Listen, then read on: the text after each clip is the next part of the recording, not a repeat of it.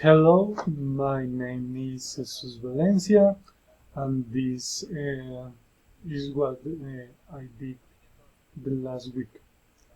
On Saturday, I got up at 8 a.m. and I was home all day. On Sunday, I woke up at 8 a.m.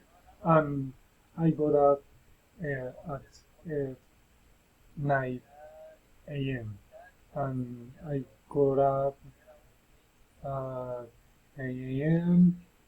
I took a shower and I got dressed. I made breakfast. Then I went out to vote. I voted for Gustavo Petro. I came back home and I started doing my homework for the university. I did the homework of English 0 and the homework of methodology of